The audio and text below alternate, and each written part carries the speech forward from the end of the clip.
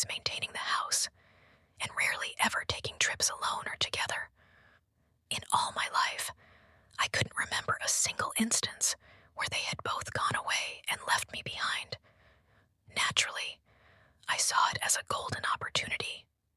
I decided to make the most of the rare freedom and invited over MJ, my girlfriend back then, to spend the weekend with me.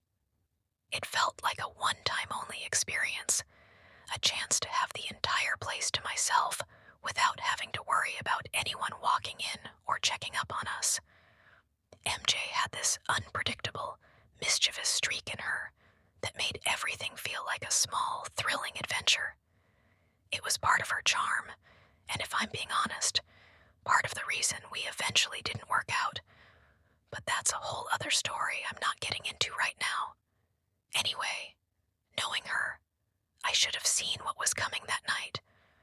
As soon as she laid eyes on the heated pool outside, its surface glowing softly in the backyard light, her whole face lit up with a familiar kind of trouble. "We should totally skinny dip," she said, like it was the most obvious idea in the world. I hesitated, telling her that the neighbors might see, but she pushed back with that relentless, persuasive energy she always had. She pointed out that we'd probably never get a chance like this again. We had gone swimming together plenty of times, but never like that. At least, I hadn't. I'd always been the well-behaved, respectful kind of kid, almost too nice, even now when I look back. It took a lot of convincing, but MJ's excitement was contagious. Before long, I gave in. We ended up in the pool, laughing and playing under the stars. It was surprisingly romantic, as cliché as that might sound. The water was warm, the night air was cool, and everything just felt right. Like we were floating in a dream, separated from the rest of the world. Let me explain how the house was laid out. The pool sat directly outside a wall of big bay windows that looked into our living room. Because it was dark outside and the lights were still on inside, the windows acted like glass screens. From where we floated, it was like peering into a perfectly lit dollhouse. I know that sounds weird, but if you saw it, you'd understand. At first, that view gave me a sense of comfort. We were still connected to the house, even while enjoying the night air. It felt safe, but that didn't last long. While MJ was talking about something, I don't even remember what, I casually glanced toward the house and immediately froze. On one of the far walls inside the living room, I saw a shadow. It was faint, but unmistakable.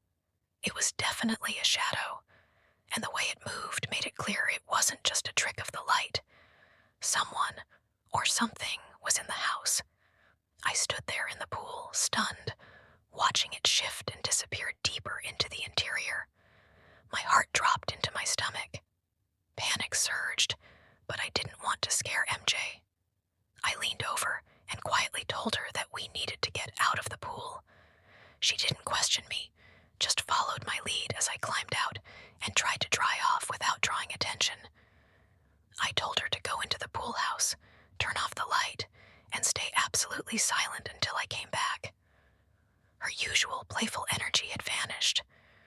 She looked as scared as I felt, but she stayed calm, nodded, and slipped inside without a word. I made my way into the house through the kitchen door, moving as quietly as I could. I wasn't thinking about calling the police at that point. I was raised to deal with things myself. I grabbed a knife from the counter, my heart pounding, and started moving from room to room. It was obvious that someone had been there. Nothing major, but the details were off. A dining room chair was slightly pulled out, like someone had been sitting there. A picture on the wall was tilted, just barely, but enough to notice. A coffee mug I didn't remember using was sitting near the sink. These weren't things a typical burglar would waste time with. As I continued checking the house, a different fear crept in. What if it wasn't a thief? What if it was something else entirely? I was jumpy, expecting to be attacked at every corner, but nothing happened. I checked every room on the ground floor and didn't find a soul. Every door was locked. Every window was shut tight. It didn't add up. I started to feel that whatever, or whoever, I was looking for wasn't a typical intruder. At a certain point, the tension was too much. I gave up on playing hero and called the police. They showed up quickly and conducted a thorough sweep of the house and backyard, but they didn't find anything. No forced entry, no damage, not even footprints by the pool or garden. One of the officers suggested I might have scared off the person before they could do anything, but I wasn't convinced. Something about the whole situation didn't sit right. It was too late to do much else by then. The police left, and MJ and I were too shaken to leave the house, but too scared to stay comfortably. We triple-locked every door, barricaded ourselves in the bedroom, and tried to get some sleep. At around 4 a.m., I was woken up by a creaking sound above me. At first, I brushed it off. Maybe it was the house settling. But then I heard it again, louder this time.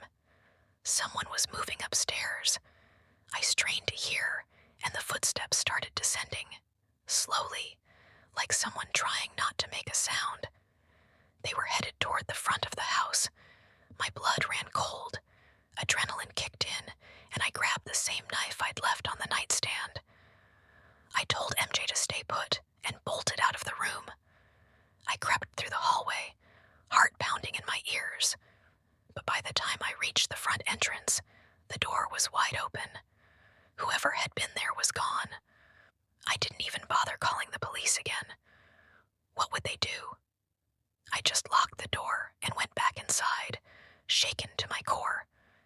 The next morning, the full weight of the night hit me.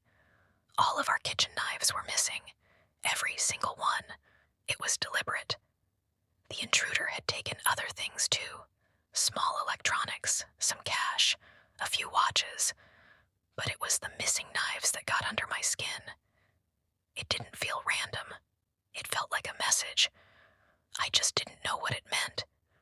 When my parents came home and I told them what happened, they were surprisingly understanding. Maybe they saw how serious I was. I'm not someone who scares easily, never have been. But that experience stayed with me. To this day, I still can't figure out how they got in, or how they slipped past the police without a trace, or where they were hiding while I searched. It's one of those things that lodges itself in your memory and never really leaves.